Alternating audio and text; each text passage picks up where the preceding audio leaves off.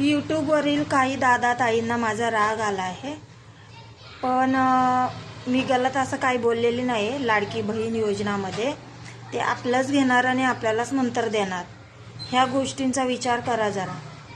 आणि मी वाईट काय बोलली आहे की आणि मला गरज नाही असं नाही आहे, मला पण गरज आहे.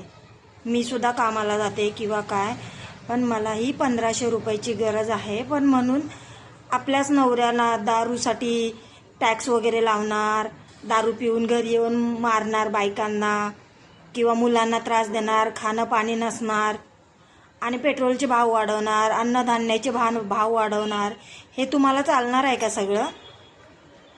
तिकीट, पेट्रोल वगैरे किंवा रस्ते चांगले नसणार, एखाद्याचा ॲक्सिडेंट होऊ शकतं, कुठे काय होऊ शकतं. आज माझ्या नवऱ्याचं झालेलं आहे, 15 दिवस झाला माझा नवरा घरामध्ये आहे. पण प्रत्येकाला गरज आहे. रस्ता चांगला असता तर माझ्या नवऱ्याचं असं झालं नसतं. त्यामुळे लाडकी बहीण योजना ही 1500 रुपयापेक्षा सगळीकडे स्वस्ताई करा. सगळ्यांच्या फिया, मुलांच्या फिया माफ करा. सगळ्यांना सोपं जाईल असं काहीतरी मार्ग काढा.